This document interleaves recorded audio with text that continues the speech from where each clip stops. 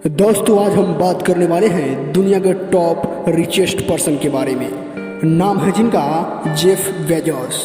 दोस्तों Jeff Bezos का जन्म एक बेहद ही साधारण परिवार में हुआ था, लेकिन अपने टैलेंट के बल पर वो कैसे बन गए दुनिया के सबसे अमीर इंसान, आइए इस वीडियो में विस्तार से जानते हैं। जेफ बेजोस का जन्म 12 जनवरी 1964 को अमेरिका के न्यू मैक्सिको में हुआ था।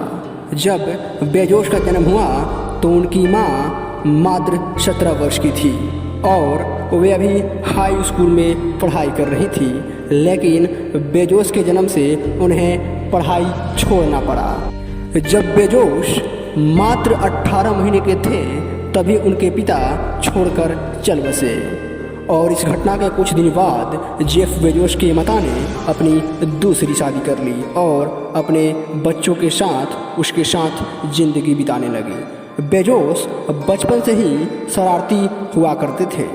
वे आम बच्चों से बिल्कुल अलग थे।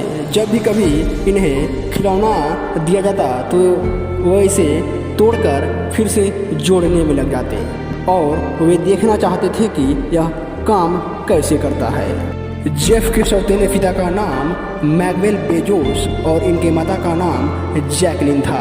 इन्हीं दोनों के छत्रछाया में जेफ बेजोस का भरण पोषण हुआ।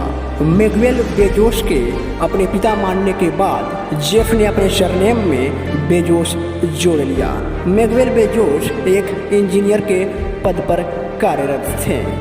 जेफ बेजोस अपने प्रारंभिक शिक्षा के साथ साथ टेक्नोलॉजी में भी काफ़ी रुचि रखते थे।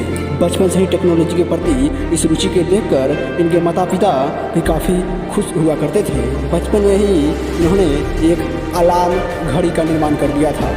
बेजोस बचपन में ही अपने स्कूल और कॉलेज में कई अवार्ड भी पा चुके हैं। जेफ अपनी पढ़ाई पूरी करने के बाद कई कंपनियों में नौकरी के लिए अप्लाई भी किया और इसके साथ साथ उन्होंने जॉब भी किया, जिसके बाद जब इन्हें जॉब में मन नहीं लगा तो उन्होंने यह ठान लिया कि इनका जन्म जॉब करने के लिए नहीं हुआ है और वो दुनिया में कुछ नया करने वाले हैं।